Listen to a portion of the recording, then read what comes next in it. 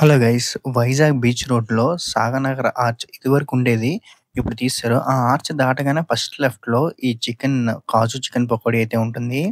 ఈ చికెన్ పకోడీ అయితే ఎక్సలెంట్‌గా ఉంటది. ఒకసారి టేస్ట్ చేసి చూడండి. సో, నేనైతే ఇంటికి పార్సెల్ ఏయించా. చికెన్ పకోడీ పార్సెల్ అయితే తెచ్చేసి ఇంట్లో అయితే తింటున్నాం. Kaju chicken pakodi with grape juice. Deadly combination.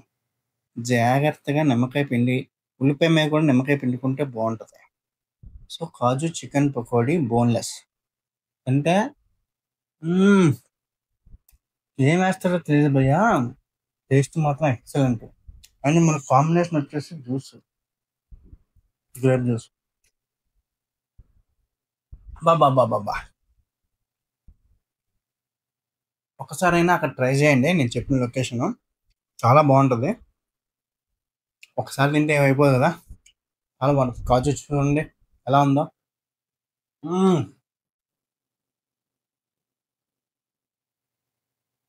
Pakodi మొత్తం నోటి నిండా తిని, అలా ఉల్లిపాయ కొరికితే మజా. Chairs. Thanks for watching guys. Chairs.